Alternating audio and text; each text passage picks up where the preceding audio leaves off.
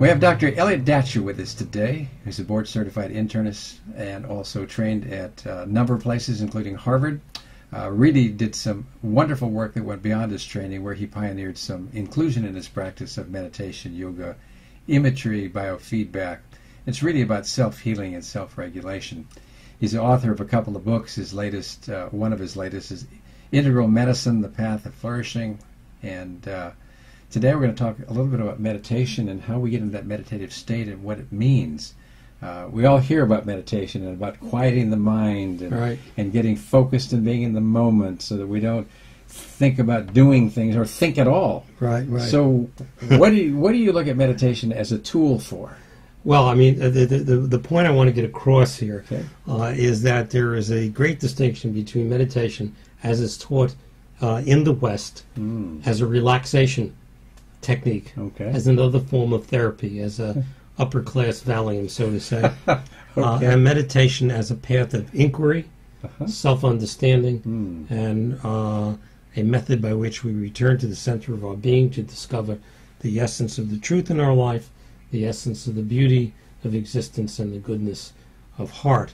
They're very different paths. It's beautiful. So if you look at almost all relaxation techniques or meditation techniques, whether they be yoga in this country or even the mindfulness training that is prevalent in our country right now. Or even when I play tennis sometimes. Or you play tennis. I'm in that place called the Zone. The Zone. That's a meditative place. And no problem with any of those, by the way, except they're all transient. Yes, indeed. Because they're, and they're fleeting. And they're fleeting, because they're dependent on the particular activity, which quiets the mind temporarily because there's a focus on that activity.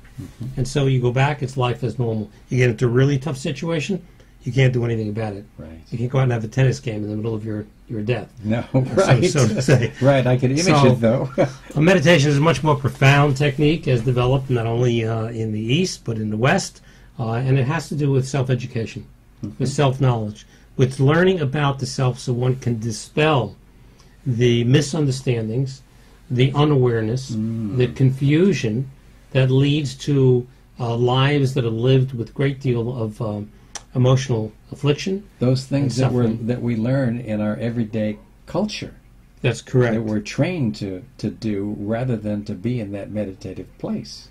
Right, and the meditative place ultimately is nothing but being in life, as you've said, in the moment. Yeah. So the training in meditation is just simply a process of removing all of the obstacles to actually seeing and experiencing the nature of ourself, which by nature is still and quiet and peaceful and loving and content.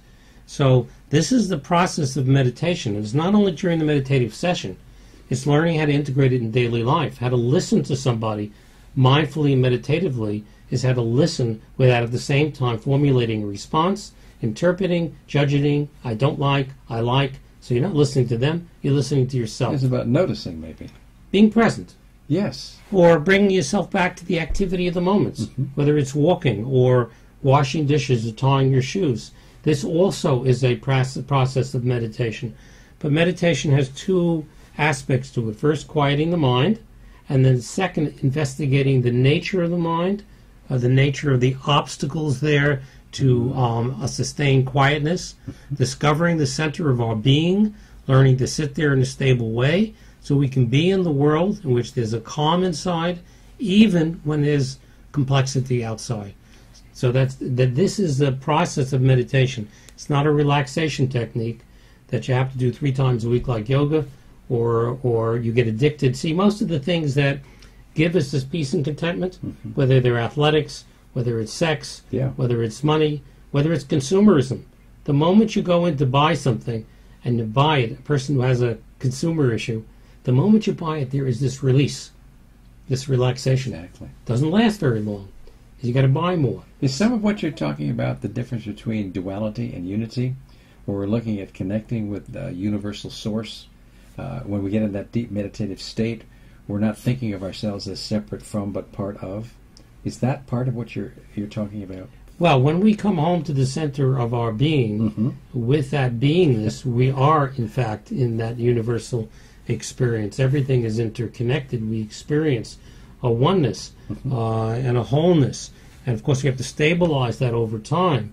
And so meditation is a very sophisticated set of practices, not one practice, because it's different for everybody, by which one learns about self, diminishes the causes of suffering, gains access to the enduring and long-term qualities of human flourishing that are situated and in one volume with the essence of ourself. And so the point to underline here is meditation is not relaxation. Meditation is self-education that takes us to a much, much higher level than being dependent on a technique. When we're in that place, I know how comforting it is to me. And I know some people like to meditate all the time. Once they get to that place, it almost becomes a fixation. They want to be there instead of be in the world where they're facing all these suffering things that we face. So this is a beautiful explanation of it. Thank you very much. But let me say this. Okay. We can become addicted to meditation as well if we don't understand it. Because the very comfort we begin to feel, the very contentment inside, if we stop at that place, we don't go deeper into ourself. It becomes another attachment. So meditation, as it gets vast, it's very easy to attach to these wonderful states.